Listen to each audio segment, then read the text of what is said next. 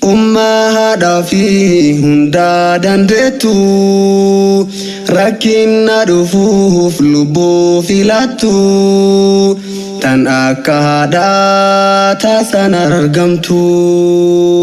Ummahadhaa fi hundaa dandeettu rakkinna dhufuuf lubbuu filattu tan akka haadhaa taasan argamtu.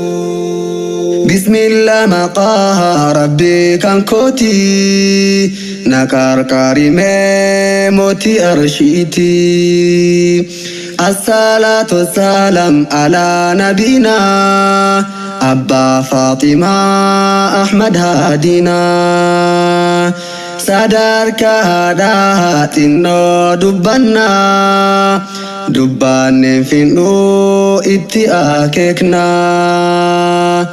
Ji'oota sagali garaa nu baattu waggoota lamaas duddaan nu baattu harmeen ilma isheetti garaan jabaattu yeroo hundumaa nurraan fagaattu. Jazaa haadhaa ofii yoomuun deebitu du'aa'ii kadhuuf kaatimaa toltu. Yeroo si qofaa qabdu san hin gartu alaa fi manaatti suuf ergattu. Ummahadhaa fi hundaa dandeettu rakkinna dhufuuf lubbuu filattu tan akka haadhaa taasan argamtu. Ummahadhaa fi hundaa dandeettu rakkinna dhufuuf lubbuu filattu tan akka haadhaa taasan argamtu.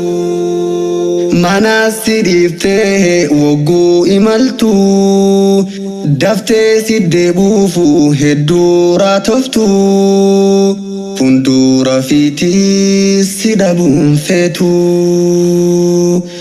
Yeroo daa'imummaa sana meelaali kufaatii kan keellee waan duute seeti du'aa'ii kadhuuf ayyootaan teeti.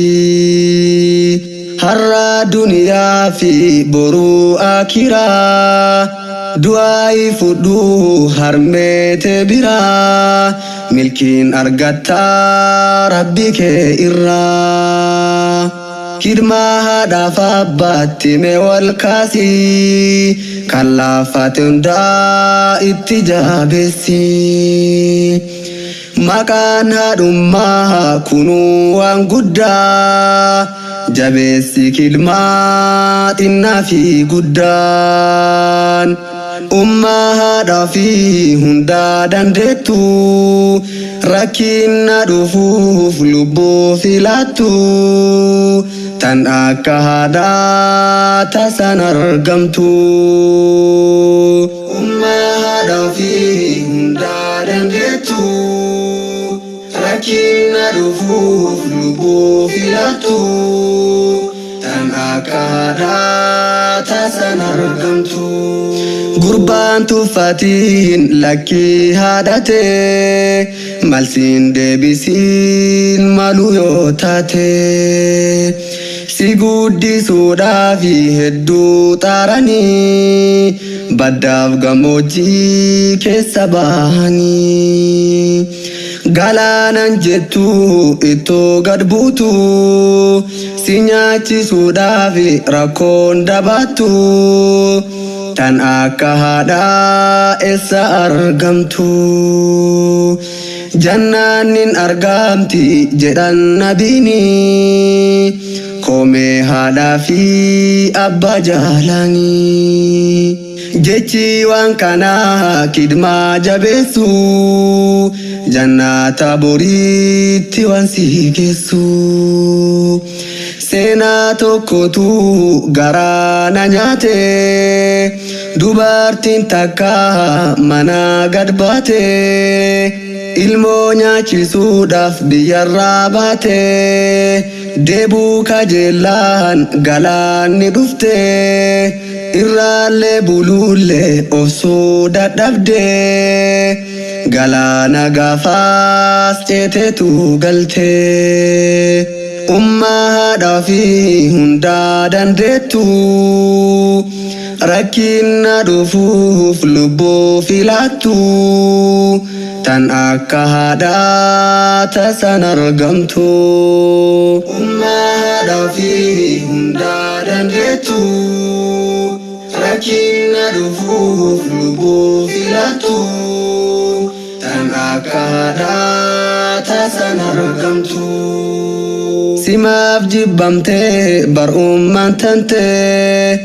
harkaa fi lukaani dacheerra deemtee si nyaachisuudhaaf qileetti tartee kunuunsa obbolaa mee haadhaa tantee namichaan tokko gaafaate nabiin jihaada deemuu nafeeti qalbiin jennaan nabiyyiinis gaafis seenanii haadhaa fi abbaan kee lubbuun jiranii jennaan deebisee eeni jiranii akkas jedhaniini nabiyyiin rabbii jihaadarraayyuu as deebis qalbii kidmaa haadha keetti duraan jabaadhu harmeete irraa du'aa'ii fudhu dubbii tanamee hubaadha laalaa hirmaanaadhaaf abbaa jihaadaa caalaa jannata bareedaa kan boriisanii hiriif yaa rabbii qooda keessanii barhaadha jechuun utubaa jiru rakkinni kamuu isheen jijjiiru himmaayaan ishee ilmoo guddisu qartee barsiiftee isa mudhisu ummaa haadhaa fi hundaa dandeessu rakkinna dhufuuf lubbuu filattu tan akka haadhaa tasan argamtu